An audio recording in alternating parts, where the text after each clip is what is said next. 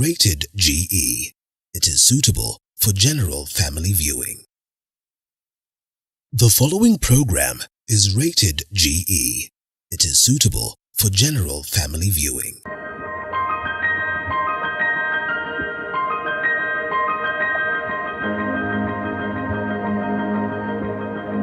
Hello there and welcome to Beyond the Limit with me, Muthoni Maina. Now, on this episode, we're going to major on mental health, as according to statistics by the World Health Organization 2020, depression is the leading cause of disability in the world, as more than 300 million people suffer from depression worldwide. Now, depression and anxiety disorders are the leading mental illnesses diagnosed in Kenya, followed by substance use disorders. Now, today I am joined by Dr. Jane Nyotu, who is the CEO and founder of Mind and Beyond Counseling Center at the middle. I've got Dr. Rahab, who is a clinical psychologist and lecturer at the Mount Kenya University. And at the very end, we have Dr. Sarah Kimaru, who is the Dean of Social Sciences and coordinator for persons with disability at the Mount Kenya University. Karibuni sana. Thank you. So I'm going to start off with Dr. Jane. Now, as we get to narrow down the narrative, Kenya was ranked 6th with the highest number of depression cases among African countries by the World Health Organization report in 2020. So as we get to narrow it down, what is depression? Thank you for the question. I realize that Kenya is getting there. Depression is a mental health condition, and it affects men, women, children, and it is the way people think, act, and behave. It affects the students who are in high school, colleges, universities, how they study. It's a feeling of futility, feeling worthless, feeling like the world has come to an end.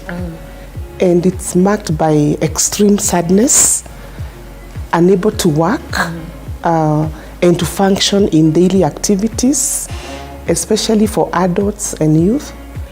And it is also marked by preoccupation of negative thinking, people who think that like the world is coming to an end, and neglect of, neglecting self. Yeah. It's a myriad of issues when it comes to depression.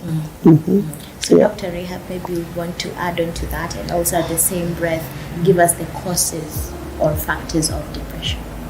Depression is, like Dr. Jane has said, is a mental health condition. One of the major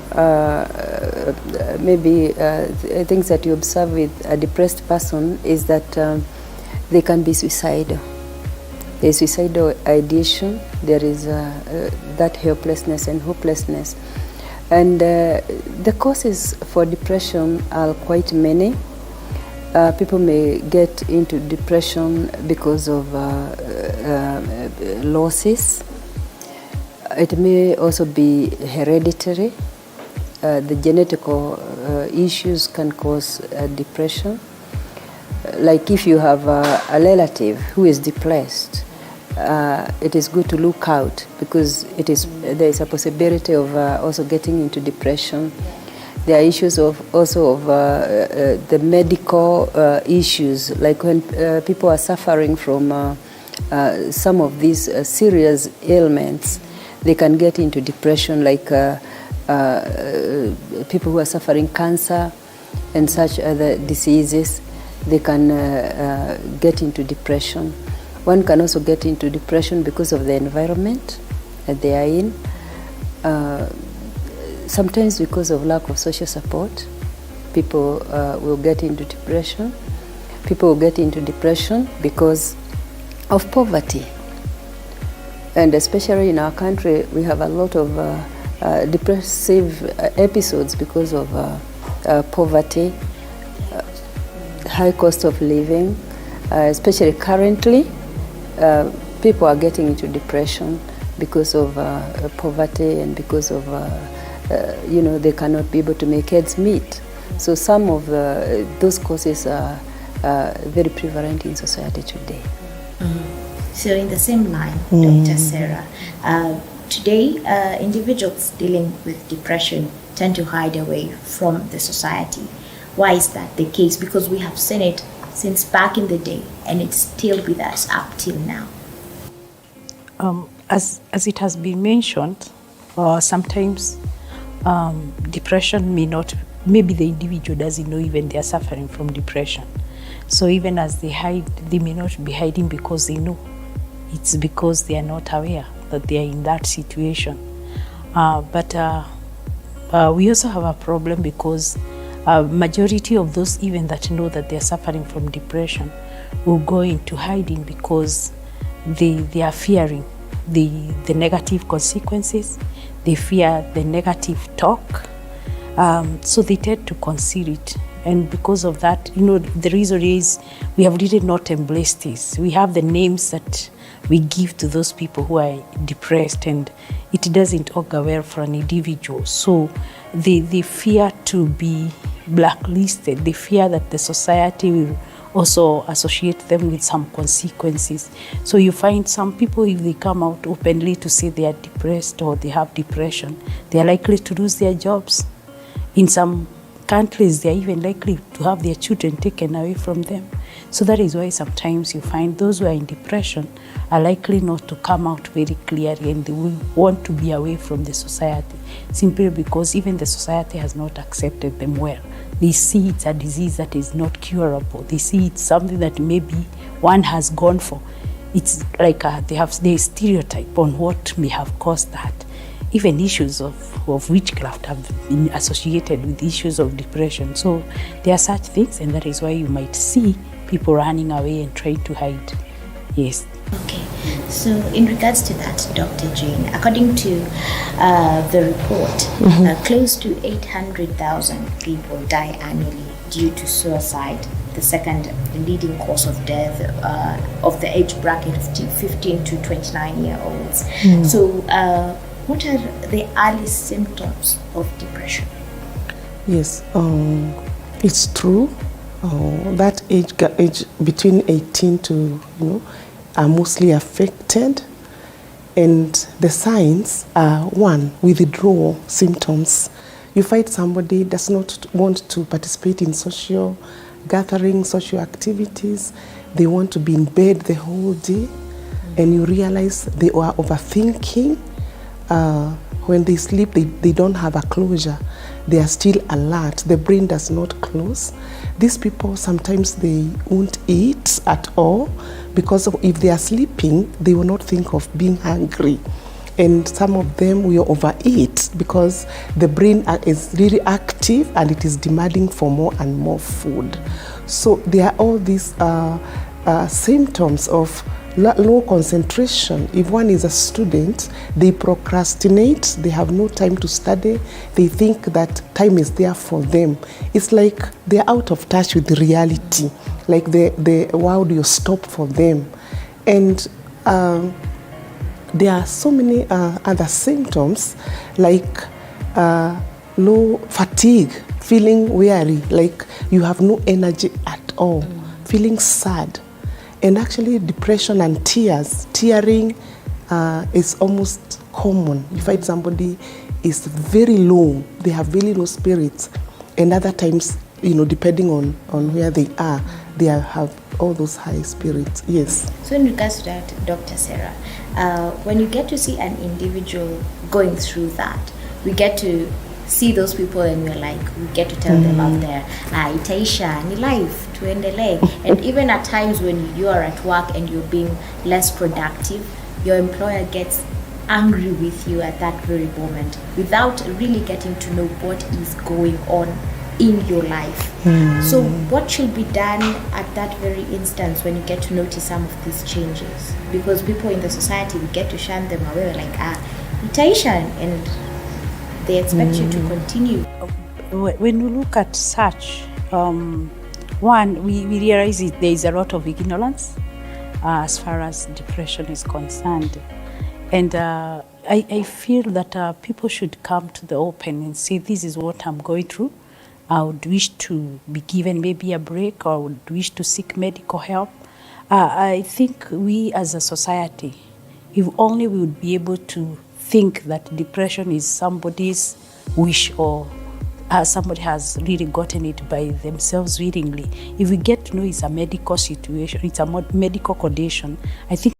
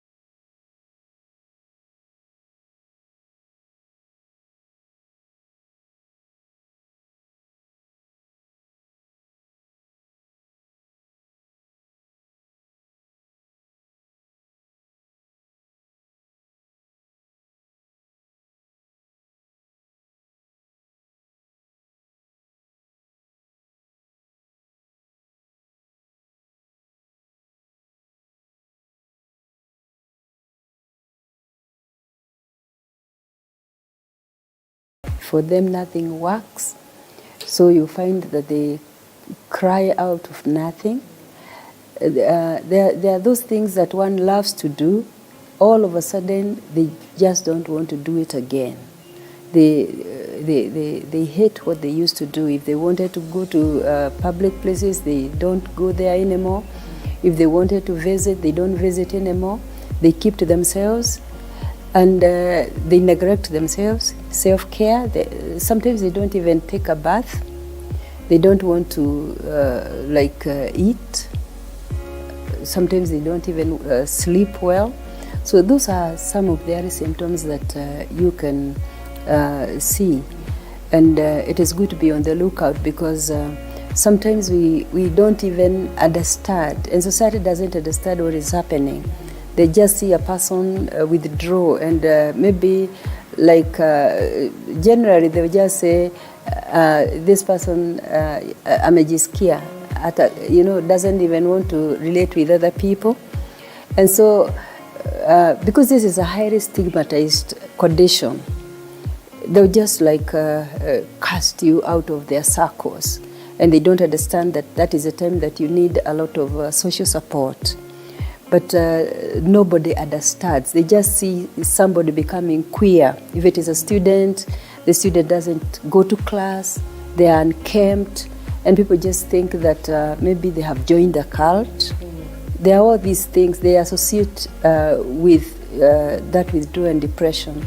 So it is good for people to be on the lookout and to know that when you observe that, it is not that this person is maybe shunning you. There is a condition that you can, you can actually put into that.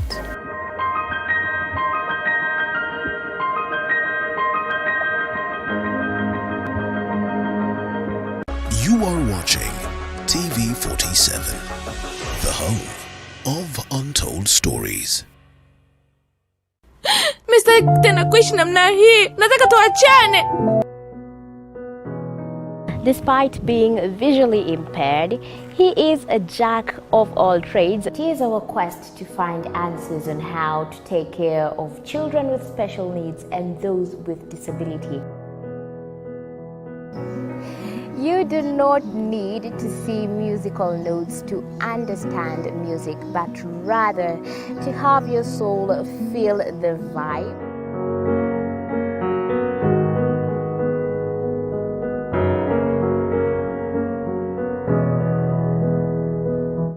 Actually, for us to make a wheelchair, we have to take measurements of the user. After doing my assessment, I get to know the parent, I get to know the heaviness she's carrying. Disability comes at different stages of life.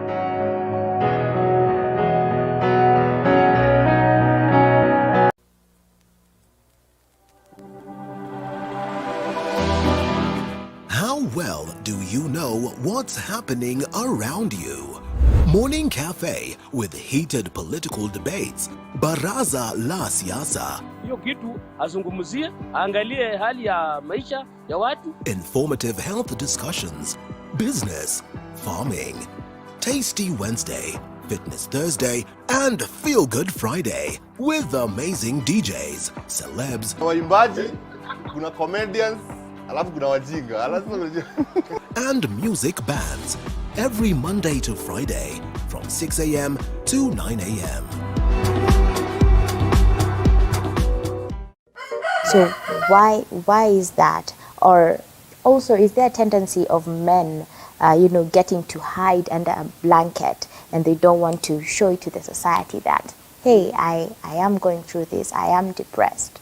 So that's why we see women coming out in larger numbers than men. Thank you so much for that question. Now, actually, in Africa, women will present with depression more than men. And this is one, it's because of the cultural orientation.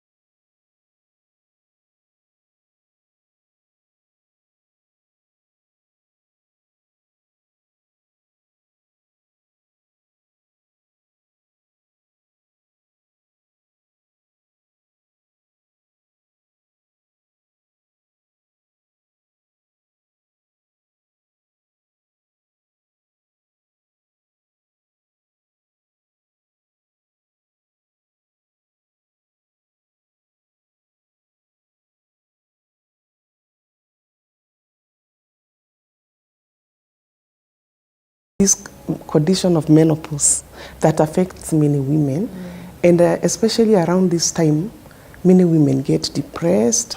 They are not understanding the body changes. The body changes, and their emotions are changing. Yeah.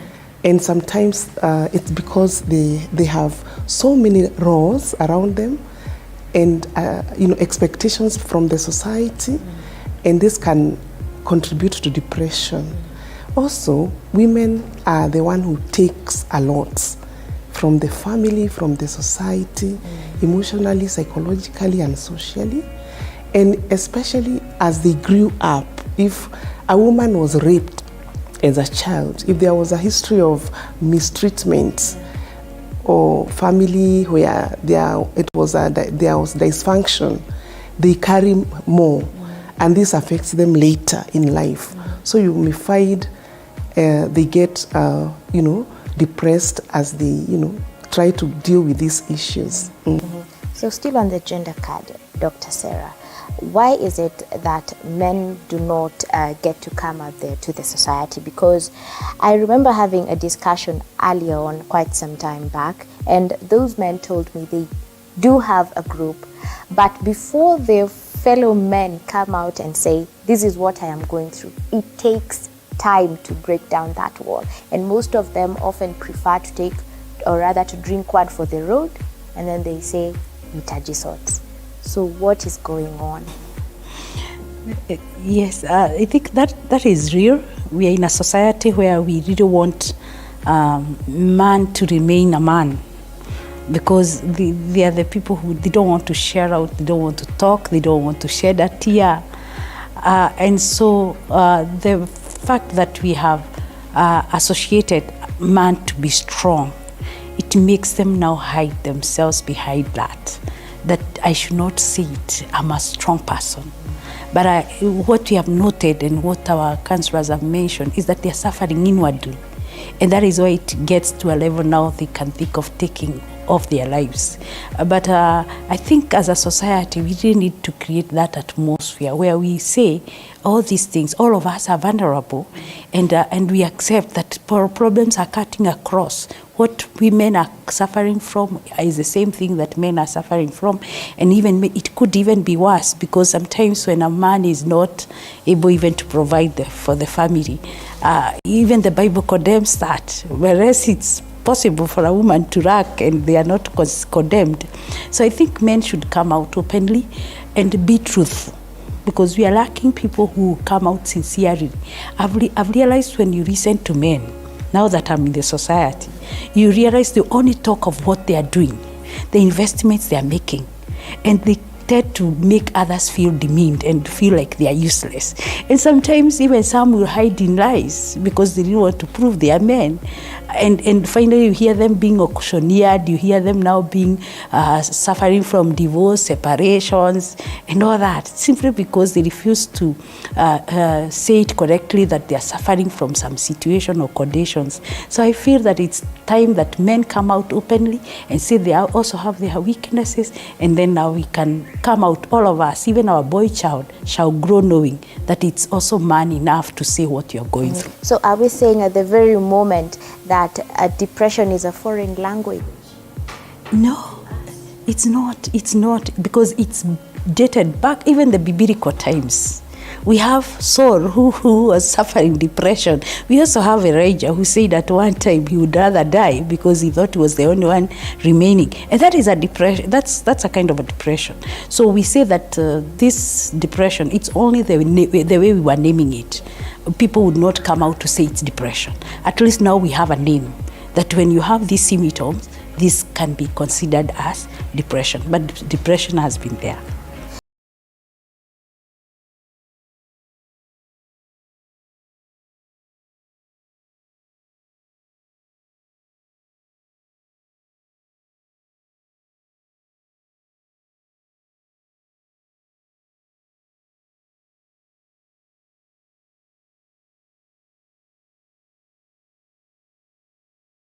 There is what we call the postpartum depression, which is mostly to present in mothers who are either expecting or have had babies, maybe recently. There is also what we call premenstrual or postmenstrual depression. This one happens in maybe when people are experiencing their menarche, those seasons. And we also have bipolar. It is also part of depression. Those are the major ones. Yeah, not that there are no others, but those are the major. Those are the major ones at the moment. So maybe Dr. Jane, you would, expound further on those types? Yes, we have like bipolar 1. We have bipolar 2, which I am sure we're going to cover maybe, and another one that affects mostly the young people called dysthymia, and I I think she's really touched on most of the depression. How can depression affect one's attitude and appetite? Yeah. What happens is that when one is depressed, either they are sleeping a lot, and when one spends a lot of time sleeping or watching television, they may forget to eat, because it's like every time I'm in bed, I don't need a lot of energy. Yeah. So you realize that this person will eat the least, maybe make a sandwich, popcorns, and just when they get hungry, and they eat very little, and it can contribute to a food eating disorder, feeding disorder. And other times, when one is in a manic depression, they tend to eat more because they are overthinking. The body is demanding a lot of energy, so they tend to eat a lot of junk, like starchy food, and that's why they become obese. Find somebody has added so much weight. So depression can really affect the... Yeah. So maybe Dr. Rehab, you could tell us very briefly the treatment that one should sort when undergoing this depressive moment. Yeah, thank you for that question. Depression should be treated, because if it is not treated, then that will mean that this is a mental condition that can destroy one's life. And what needs to be done is assessment, using the tools that are there for assessment, so as to know whether one is whether this depression that one is suffering is mild, or whether it is moderate or severe. If it is mild, psychotherapy using CBT, it will help, or any of those cognitive behavior therapies, they can help. If it goes beyond the mild, that is the time that now one needs to see a medical practitioner, because they will need some medical therapy. That means that they will be given some drugs, and it is also good that they are counseled to adhere to medication, because that is very, very necessary. All right. Dr. Sarah, with all the solutions at play, the cases are still on the rise each and every day. So what else can be done? Very briefly, please. Okay, it's true. We are saying that the rise is there. And as I had mentioned earlier, we need to really give people exposure, and to make sure they don't just condemn everyone who is suffering from depression. And then we're in an era, or the times, the socio-economic hard times, and so we need to have understanding, and immediately we realize the symptoms, we need to address those symptoms the fastest we can, and let's educate the society, and let's make sure the counselors are available. Yes, we can have people who are available on call, and this can be a remedy to many of these cases that we are experiencing. Thank you so much, Dr. Jane, Dr. Rehab, and Dr. Sarah, for your time.